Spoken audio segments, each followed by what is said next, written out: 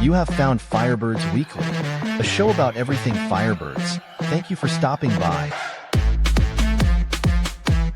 Game analysis, highlights, stats and trends. Firebirds Weekly, beyond the headlines. Tonight's guests are Nick Vennard and Ben Nelson. Here are your hosts Adam Samroff and Chris Sipperly.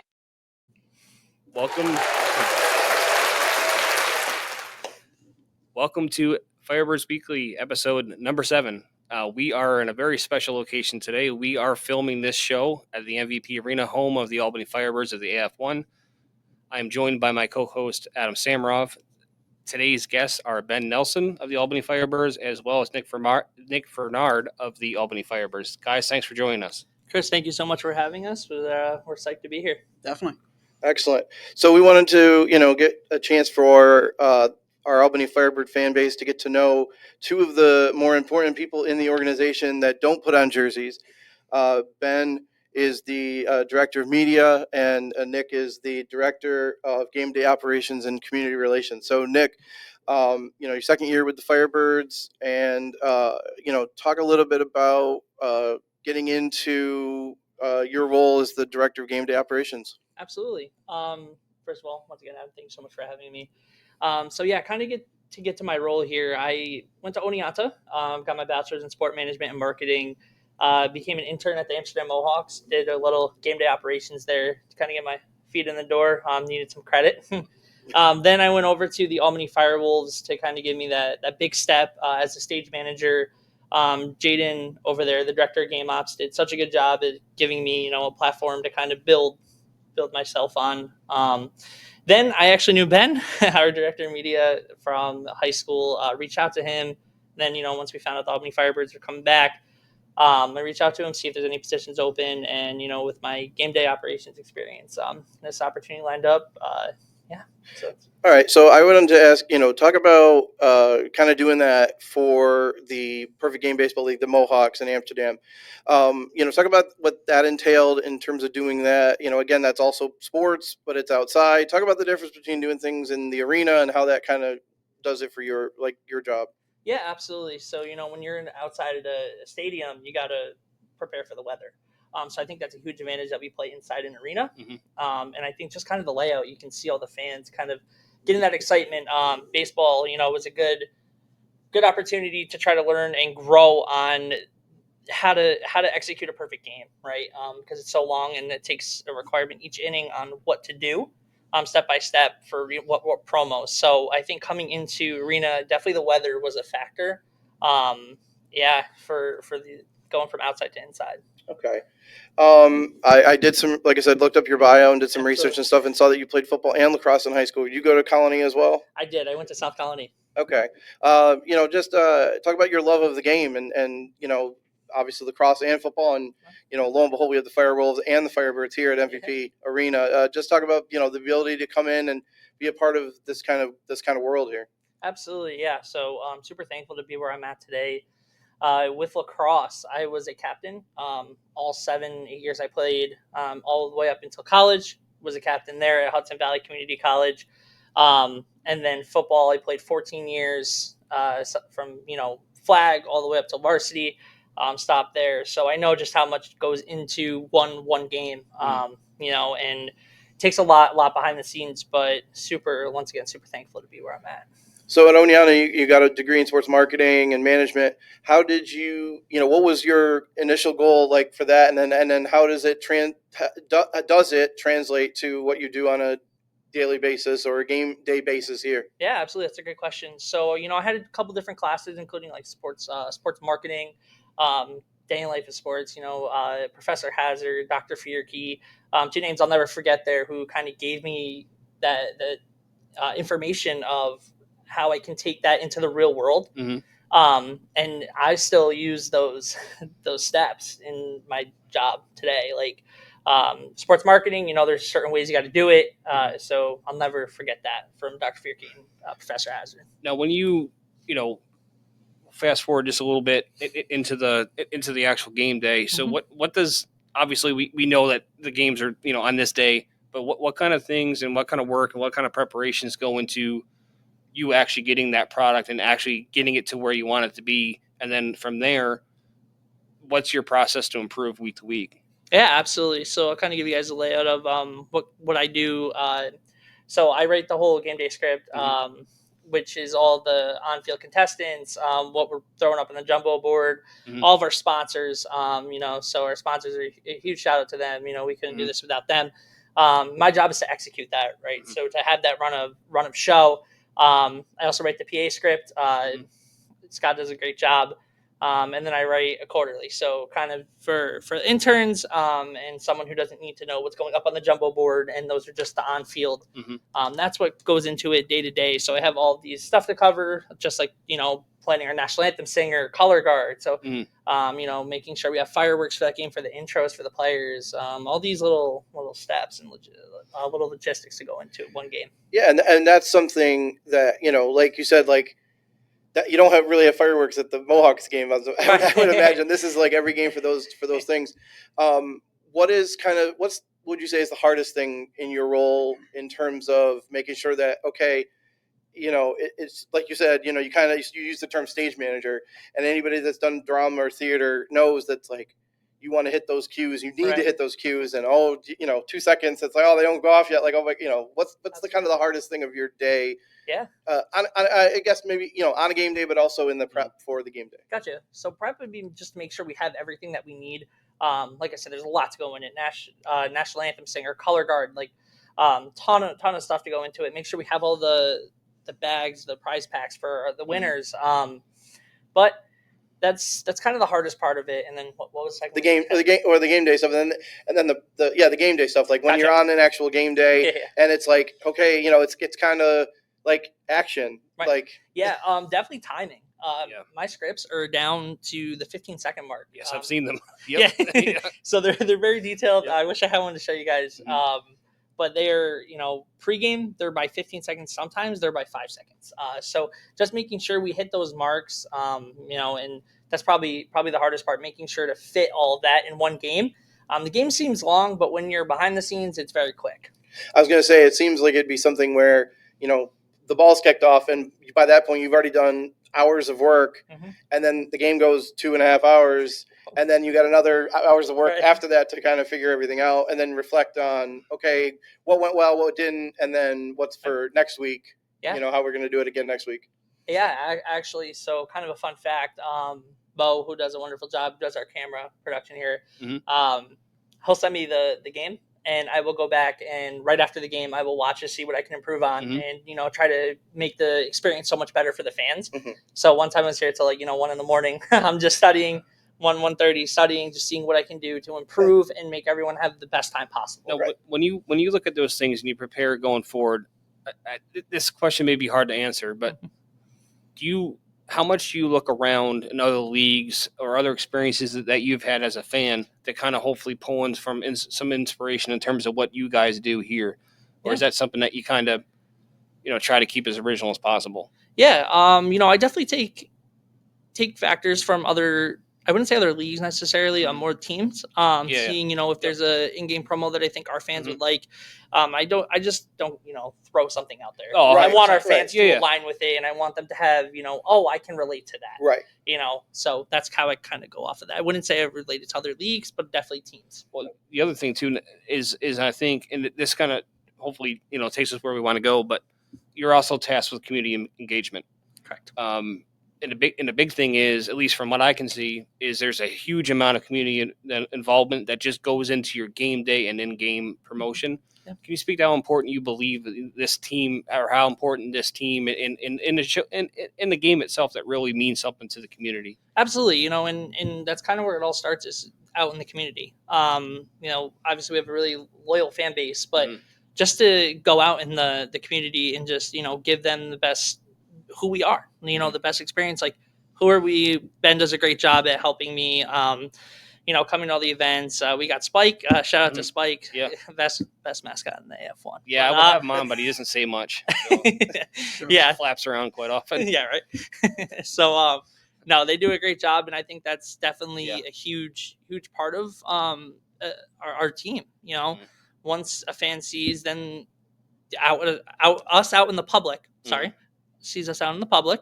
Mhm. they may, come and support, and then they have the best experience, the Right. best time. Mhm. So that's my job to make sure, that they have fun, and, keep that sport going. Especially with the mascot, and especially in the in-game experience, like there's a real chance that you can get a lifelong fan if you do it right. Yeah. And I know, like, from the times that you and I have spoke, and like I remember, going from the first game, just what should we do with Spike, like something as simple as that. How many hours did you spend just figuring out, okay, Spike would work better if we did this here, not there. Like, you really care, and it really shows your commitment to the team. Yeah, thank you. I just, I don't want to. I don't have a range. I've had people ask me in Saratoga Mhm. to come out, and I went.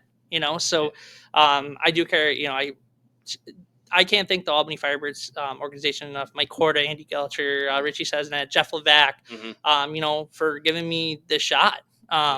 So I want to take that and let everyone else kind of experience what the Albany Firebirds are. So I want to talk about what goes into a game day. So what time you get here in the morning or in the afternoon for a 7 o'clock game on a Saturday night. Take me a little bit through that process of what are you doing as you go along your day on a game day. Yeah, Adam, let's start with the night before, right? Okay, So let's do it. Yeah. So it also, obviously it starts the whole week. Say it's a Saturday, it starts Monday if we had a Saturday night kickoff the week prior. But going from the night before, I make sure all of our scripts are good. Seeing, if our interns do anything. Also, huge shout out to our interns. They do a wonderful job at helping us. We could not do this without them. How many interns do you have? Last year we had 20, 22? Yeah, something like that. I have around 7 to 10, and then you have what? 12, Around 15? 10 to 12. Yeah. Okay. As of right now, yeah. Okay. So a good group of people that you really have to manage. Absolutely, yeah. So I just make sure, kind of check on them, make sure everything's good, respond to emails, and then the most important thing, to run a show, the script. Make sure we have everything ready to go. And then I come in, say it's a 7 o'clock kickoff. I'm here usually 7:30 latest on game day, and just I print them out and I read that script probably 150 times. I go over that, make sure it aligns with the PA script. So a lot of reviewing, not necessarily the prep. The prep comes earlier in the week, but taking that run a show, lining it with the quarterly and the PA script, make sure the script to make sure Scott has what he has, and make sure all the timing aligns so nobody gets confused. And then just kind of checking on people throughout the day, having my phone available if anyone needs me. Well, this is going to be a big year too, because you're going to ultimately have to take on a little bit more too. I would assume, with Vice being involved. Absolutely. So yeah, attention to detail is not optional in your job for sure. And how is having Vice as a partner now? Does it change your thing, and how does it change your work? Yeah, that is a great question. So, being on TV from not being on TV, actually, it does change. So, for example, when we weren't on TV last year, I was the one to call the timeouts when we went to media break, right. And then hit those certain marks. Once we're on TV, the broadcasters actually decide. So I'm the one, just next to the red hat. Who's the red hat is the one who communicates to the white hat on the field. So they choose. So it does vary. Being on TV versus not being on TV. Okay. Is there any? I kind of my thought was today. I was thinking of some questions, and I was wondering if there's any horror stories of something that you can relate. That's like, oh my God, I can't believe that happened. Maybe it worked out, in the end, but like at the moment, you're just like, holy crap. Yeah, absolutely. Can you relate any of those stories? I can, unfortunately. Obviously, I want everything to be perfect. One time I ran way too late. I forgot what game it was. I think it was against Southwest Kansas, maybe? Probably, yeah. I forgot what game it was, but we were like, I look at the clock and we're like 17 minutes behind. And I'm like, how could this happen? You spend all that time prepping and you want to make it perfect. And then that time comes, but we had, situations where I had to go fix something, that I had to resolve. And by that time it's, 5 minutes is like that.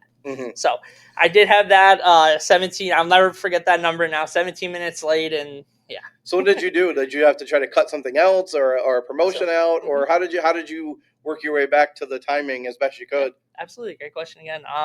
So I definitely had to cut some stuff out, and what I cut the non-sponsor stuff. Sponsors Of course. mean everything to us. Mhm. So I would take some of our game or our in games and Mhm. substitute them for a jumbo because I have backups just to make sure, like with the fillers, the backups to make sure to keep the fans involved. So what is the jumbo? You use that The term. What is that? jumbotron. It's Jumbotron. Jumbotron. Sorry, Okay. I call it jumbo. But so I definitely had to cut an on-field promotion because the refs needed to speed it up to hit that mark. So Okay. So what? And I wanted to go. Yeah, I just wanted to go the other yeah, way. absolutely. I didn't mean to cut you off, No, but I you're wanted to good. go the other way. Yeah. You told us a horror story. Tell me about one where you were like, "Bang, that hit," and the fans loved it, and it looked really good, and damn it, that was the thing. All right, I'm gonna have to go with the Orlando motorcycle entrance. Okay, explain the Orlando motorcycle entrance for those who did not see the Orlando So motorcycle if you did not see, our dancers came out on motorcycles. So I had to go in and make sure that the time aligned. I had to run it a little bit Mhm. early, which is fine, which is great. It was perfect timing. And motorcycles came in 2 laps. They came off. They did a wonderful job. The American Legion riders. I'll never forget their name. And then came off. The timing was perfect. Our dancers had a great performance. We had a good game. Everything went perfect that game on my end from the script side. So I'll never forget that one. So so what do you do as a planner when the game goes into overtime? It's a great question. So if the game goes into overtime, I like to take that opportunity to let the fans kind of hype themselves up. Yeah, drive the ship, so to speak. Yeah. Yeah. Yep. It's not really more focused on what we have. I obviously want to keep them entertained, but overtime is already entertaining. Right. So, just kind of let them carry. I let the fans carry because we have a wonderful fan base and they get so hyped up, which is great. So, if you can, do you have any special promotional things that's going on that year? Or if you can't release, that's fine. But is there anything you can release in terms of things that have been talked about in terms of promotional stuff that you're going to be doing this year, or even this first couple of weeks of the AF1 year? I don't know at this point. I wish I did. We're still waiting for the next couple of weeks for that one. Yeah. Okay, that's fine. Yeah, we'll be more to come. More to come. Absolutely. Pay attention to the nest. Pay attention to our podcast. I'm sure there'll be more to come. Hopefully 2 weeks I can give you that answer. All right, so in 2 weeks we got it. All right, and so now we want to go over to your colleague here, Ben. Doing some research for you, came in working here with the Empire then as a social media intern, one of those 7 or 10 or 12 guys that you have for yourself now, and then hired on the next year in the social media, and then became a graphic designer working in that field. Just talk about your trek to Albany and where you came from. Like you said, Orniana, where did you go to school, and tell me a little bit about your path to get here to Albany. Definitely. Yeah, so I am born and raised in Colony, went to Colony High School.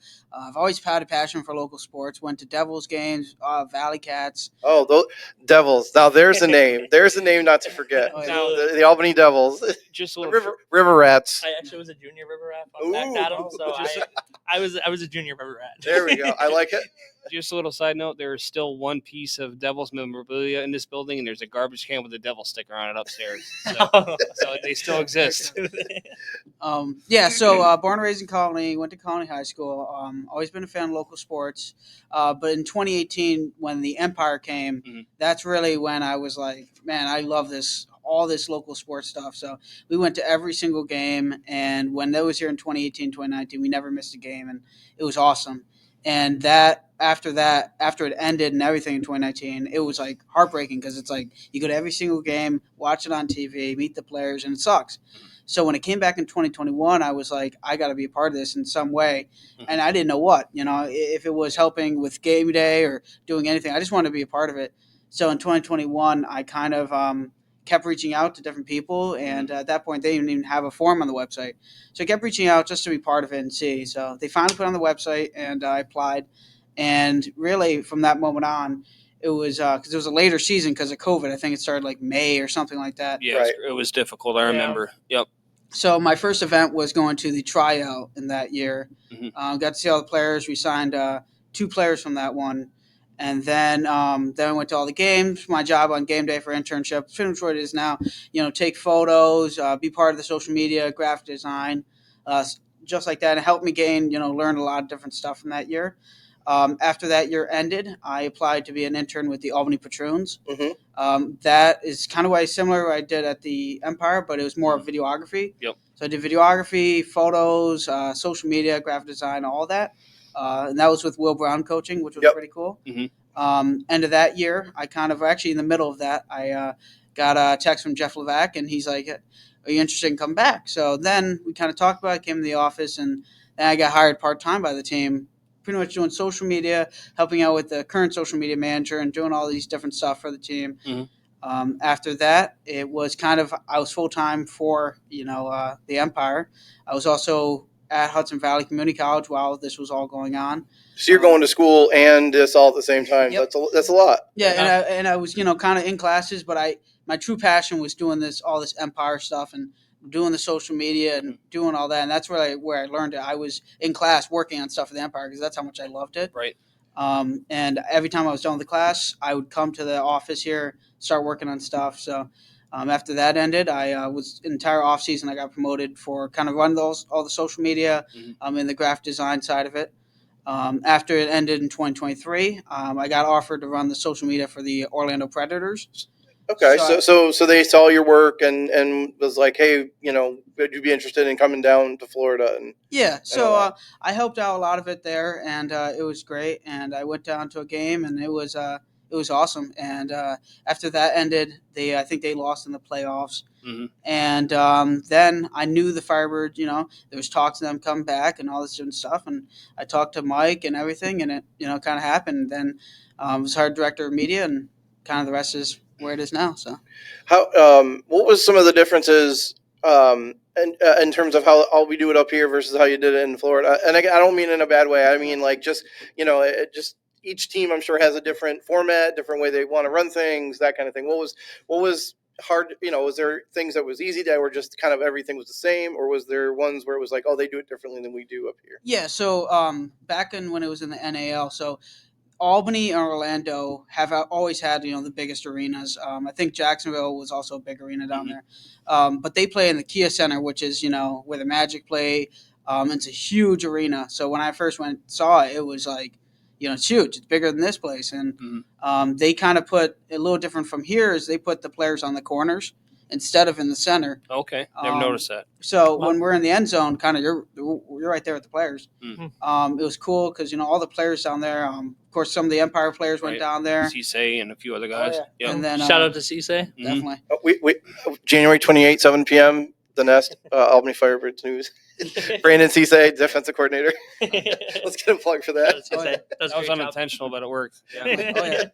Definitely. So had all the great players on there, and really just nothing too different. They still do the script, they do all that stuff, they do the hype video. It's very similar here. The only main difference is probably the arena size, and if you want to go up to the second floor, you got to use an elevator. It's very, very different than it is here for the arena side, but not too different on some of the other things. Okay. Talk about your role, again, also on a game day, where you are, kind of directing traffic, same as Nick, like you're kind of directing traffic, but your traffic is like the local media, 6, 10, 13, the TU, all the newspapers and things like that. Just talk about your role on a game day and how you're working with the local media to help them out and do what they do. Yeah, so my job is a lot of preparation and kind of just like a general thing of what I do. I run all the social media pages. I also handle all the local news contacts. So if we have breaking news, we write press releases, send it out to them. I also handle a lot of the ribbon board. So if you come to a game and you see, a sponsor on the ribbon board, there's a good chance that I made it. I also work with Bo a lot at the arena. He helps me out. The bottom halo of the Jumbotron and the Jumbotron itself. So that's all prep for that game. And then I also handle all the graphic design. So any of the ads we use, a good chance that I make it. And the interns also help out tremendously with that Gameday program as well. But when it comes down to game day, I'm here probably the same time Nick is here, around 8 a.m. And a big part of it is, ahead of time, our plan is to get the media passes done ahead of time. and we get that done, get everything done. But there's always something that we kind of got to work on. It's really, as long as you're prepped for game day, you're set. So 8 a.m. we're here, and making sure all the media passes are set. We put them in, kind of have a Google Doc. We print that out. We bring it down here to the media pass table, and we make sure everything's checked in. Throughout the day, the interns come in, and while we're preparing things, final things, and we go with our social plan. So we have a whole media run of show. It's not as advanced as Nick's is, but it's where you got to be and then what time we're posting it. So, for example, at let's say 11 a.m., we're taking photos of the jerseys set up in the locker room. Yep. Say at 12 o'clock, we're going to post those photos. So you have a certain time range to get those photos together and post them. So then players come, let's say in the afternoon around 2, 3 o'clock. We want to be there to get photos of them walking in. Yeah, it's one of the favorite things you do, actually. That I think that you listen, all of us, ultimately end up spending time on social media, and there's a lot of good things that you can pull from it. And I think that's one of the better things. Well, you do a lot of good things, but I think people really enjoy seeing that. Yeah, no, and they love it because the players dress up and they'll put the most crazy stuff on. We've had, people come with their dogs, with, wear jerseys, cowboy hats. And so it's like that, was that kid from Buffalo, the Mac Hollins there. He wore a Fred Flintstone outfit and bare feet. And I was going to say, Buffalo. I've yet to see anybody walk into the arena with no shoes on. I have not we seen have that. not seen that yet, but it gets pretty maybe 2025, maybe that's the answer. Definitely. It's pretty cool, and they enjoy it. So, Adam, if I could jump in here. Absolutely. Going back to the prep before the game day with Ben, Ben and I sit down, and if there's something that I need on the jumbo board for, I don't know if you guys remember this, but favorite ice cream. Ben, if you want to kind of explain how you do that. So we do a couple different ones. We did the favorite ice cream, the one with the the blow up thing. That was another thing. Oh, the inflatable can. Inflatable, yeah. So we make that, and then say it's the ice cream. We'll put cheer or brew, and then the next one we'll put a picture of whatever mint chocolate chip, and people are gonna cheer or brew, and kind of do that for each one. So make it up and put on there. So okay, yeah, it's that fan, like you said, that fan engagement. And even though you guys have kind of you guys have different roles, you really do have to work together. Oh yeah, a lot to make that happen. I do want to get. I wanted to ask a question. Trying as a member of the Empire, and how is that compared to even this with the Firebirds? Because we have different new people kind of as in charge and that kind of thing. What was the difference in terms of just trying to work in that environment? Yeah, so the Empire was great, and it was fun because we won all the championships, working the championship games and everything. But I feel like the main difference between the Empire and the Firebirds, there's something about the Firebirds that the fans just, when they hear Firebirds, they know it's something special to them. So Empire was great, but once the Firebirds were back, it's really, a lot more people are cheering at the games. And I noticed that, especially the home opener this year. That was fantastic. I mean, you guys killed it. I was lucky enough to be there, and it was, much like how it used to be. Yeah, no, exactly. And I could feel when we were down there, you could feel it, the energy. Just different. Yeah, from the Empire, it was awesome. The fans were great, but something about the Firebirds, the fans were just so excited about it. So they actually wanted to ask you this, and this will be kind of what you did afterwards. So last year, we had the game where they were down 16 with whatever it was, 15 seconds left or 30 seconds left, and came back to win. What happened after that game? Obviously, you're probably getting into, okay, let me get ready. These guys will come in here. It'll be a loss, no big deal. We'll do our thing. Yep. And then, all hell breaks loose. Yeah, no, it gets crazy. And the thing with planning on game day for media, it's going up to game time, you can plan it out. But as soon as game time hits, it's well, we have 10 seconds left in the game, and we're like, oh, we might lose this. But then we come back, and then it's crazy, So making sure it's all prepped for, you have both sides. So make sure you have the winning side and the losing side, making sure that, okay, if we do lose, we have this. If we win, we have this. And just like that. That end zone was electric. I remember I stand in the Zam tunnel right next to the Red Hat, and I just remember everyone turning around, popcorn flying all over the place. It was electric down there. And then even during the end of that time, so we have all of our interns that help out a lot. Say there's a minute left, we're communicating. And we have our media room. We communicate and say, okay, you're going to stand here. You're going to stand here. Our photographer is going to stand there. And if we win, you're going to go out on the field and you're going to take photos of this. So everything's very planned out when it comes to that. Okay. And then I also had a question too about, and before we got on, you were talking about, going on trips and different away events. How do you, what do you, or maybe you will help some of these other media organizations? So, media out of Orlando when we play the Predators, or, Nashville when we play the Cats, that kind of thing. Talk about, helping, working with some of the other media outlets that's not Albany. Yeah, and the thing with the AF1 is we're really communicating I throughout. was just going to ask you that question. Yeah. Yep. So especially from the start of AFU, they did it, but we do weekly meetings with all the social media people in the league, all the media people, and we all communicate different ideas. And if someone has an idea, we kind of play off that, and it's all about planning and making sure everyone's on the same thing, on the same track. And in the past, we never did that. So this year, we're really everything's really much better. No, we can see that because we talked to Gary Compton a few weeks ago on, I don't know, one of the episodes, and that was one of episode 3. Yeah. Geez, sorry. So I mean, he was just talking something simple as coaching meetings. Those didn't exist last year. And I'm glad that you said that, because that's kind of what it's starting to feel like. They're really starting to feel like there's a plan in place. And I think there's a lot of things, from a fan standpoint, that they should be excited about. Yep. Because, listen, regardless of whatever league the Firebirds are in, I think everyone kind of knows what the standard is. But to be able to have a group of people that wants Albany to be the floor is a great thing. Yep. And it's great because it's not just social media does the meetings, but all of the different departments do the meetings and ticket sales, and it's good that everyone's on the same page. And because if one team, all teams got to be good. It can't be just one team shining. So definitely. What is it? You talk about the Firebirds. You talk about how the Empire and the Firebirds, and people hear the Firebirds, and people around here, have been fans of them since the early '90s with Touchdown Eddie Brown and everything that came before. What does it mean to work for this kind of organization that is one of the top organizations, like you said, whether it's the NAL, AFL, AF1 that we are now? Talk about working for this organization and what that means. People take Albany and go, hey, this is one of the top organizations. It's awesome because working, because technically the Empire was kind of my Firebirds to a lot of people, right. But working for a team in sports, especially local, from Colony, from Albany area, it's great. And helping out these other teams that are kind of new or maybe first year, it's awesome because when one team is bad, the whole league isn't good. So as long as all the teams are good and helping them out, it's just awesome to work for this team.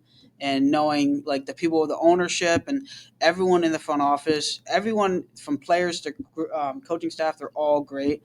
And working for this team is just awesome. No, it's good to see. And I don't mean to assume or anything, but my guess is that you probably hear from a lot of other people from other people from other teams that do similar job roles to you, to kind of get some, I wouldn't say maybe some insight, but maybe some ideas. And I think going through your years, this is what, year 3 technically? Yeah, it's technically, yeah. So looking back over those years, was there one social media campaign that you're most proud of? Yeah, I mean, I will say that the home opener for this year did very well, especially doing a collab with all the AFL pages, and I think it was this whole home opener, history making and doing the pictures of the arena and all the fans coming in, that really did well on social media, and that was honestly my favorite thing. And honestly, those championships in the Empire were awesome, but that home opener this year really was exploded. It was great. I have a question for both of you, and so Ben, if you want to answer first, and then you got Arkin, whatever. Talk about the brawl at the mall. Well, how did that go for you guys, being in a neutral spot? So obviously you're trying to put some stuff together, I'm sure, between you and the Billings people. How did that go for you guys in terms of preparing for a game in the mall in New Jersey? Yeah, I mean, and that's the thing with prep. It's tough when you've never even experienced something in a mall. So we were figuring it out, but we were all excited for it. And there's a lot of people that mix feelings about it, but the people that were there, they feel the energy there. And I thought it was one of the greatest games ever. And if you notice on social media, it was viral. Multi-million follower pages are sharing it and they're posting it. TikToks and Twitter. I mean, millions and millions of views. So I think it was a great thing for the league, and it really showed we're different from the other arena football leagues. Yeah, it was interesting because of course everyone has an opinion, good or bad or different. They're legally able to have such, but looking at it from a casual fan perspective, I mean, walking through the mall, kind of cool. Yeah. Really, when you think about it. Something different. Yeah, and like, at the end of the day, it was a very competitive game, and we asked some questions of Gary Compton with AF1, and we hadn't realized that they actually had to modify the field goals to get them in there. Oh yeah, Yeah. they were shorting field goals Yeah. because it wasn't big enough for Yeah. them. Mm-hmm. But it was the greatest thing ever, and Nick had a blast there. I could tell. Yeah. What was one of your favorite parts of trying to have a football championship game in the mall? Yeah, I'm just gonna go back to the prep part. So I was chosen to go help out and direct the game because Christy wasn't there that day. So Christy, I every day I was on the phone with her trying to figure out the timing and everything about the script, like when the team's running out and everything. Christy did a wonderful job, made it very easy for me to kind of transform that to the field. I'm going to be honest. At first, I really didn't know. I didn't know what to expect, right? And then as soon as I turned that corner and I saw the field, I'm like, all right, this is cool. So then once the game got going and the fans were there, it was electric. Awesome. Let's talk about some off-season events. Obviously, we're going to get started here February 20, I believe Damon said on the Flock U Coaches Show, which was last Wednesday at Apex. We'll give a little shout out for Flock U Coaches Show. Talk about February 20th being the report date for players and that. So, we're coming up here pretty quick. What are some of the off-season stuff that you guys have done in terms of marketing and that kind of thing? Yeah. Yeah. So events are really the big thing. Right.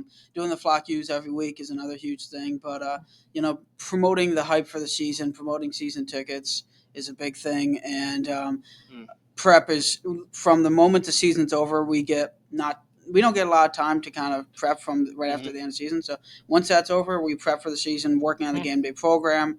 And working on the pass designs, and working on game notes for the broadcast, and all this different stuff kind of going into it. It's a lot of it, and then going to events and stuff like that, promoting the events. Yeah. Shout out to Zach Soden. He was our in-game show. Yeah, Soder. He was our in-game show manager last year. Actually, just became one of our account executives. So shout out to Zach Soden. He did a wonderful job in the off season. Helping me get to place plays along with Ben.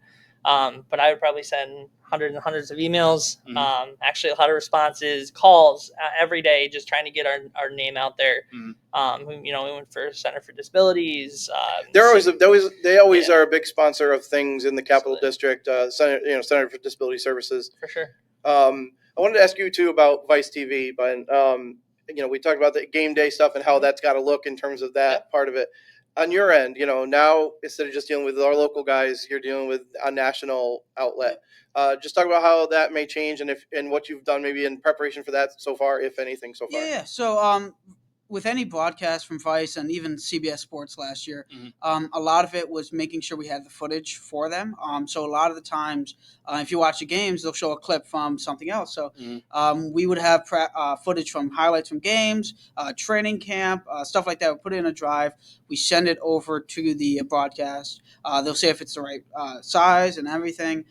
So that's one part of it. Another part is the game notes. So Nick also helps out with flip cards and stuff like that. I do the flip card. Ben does the game notes. So I'm the one to put in the jersey numbers and where they went to college, the heights. Ben does all of the stories. The game notes is kind of like a packet where it says the standings, the stories about both coaches and the rosters and all that different stuff and stats. And sometimes you see those. They'll show them sometimes for like the NFL guys, like Tony Romo's thing, and it's literally this big giant piece of paper with all the names and stories and everything. Exactly. And getting, the sideline reporters' passes set and getting all the people part of broadcast getting their set for passes and making sure once they get here they have their pass and everything's set for them. And if they have any problems or sometimes where they're like, oh, we need this last-minute footage, so we'll get it for them and stuff like that. That's how kind of it changes. If it was just on a different network, it'd be a little bit different for that, but broadcasters, All right, I think if you have anything else, I think we covered a wide range of things with you boys today. Absolutely. First and foremost, thanks again, guys, for taking Absolutely. the time. This show the goal of this show is just kind of help people kind of know what kind of work goes into a team, because at the end of the day, and I think everybody at this table, I assume feels the same way. This is a big piece of the community, this team. So that is the goal of us, is to just kind of help people know the kind of people they're rooting for and the kind of people that are putting in the work to get it done. So again, thank you. And No problem. Absolutely. Thank you so much for having Pleasure, us. applause again. Thank you guys so much for having us. We really appreciate Yeah, being I had on. a blast on this. Yeah, 100%. it was awesome. Love the nest. Thank you guys so much. Thank you.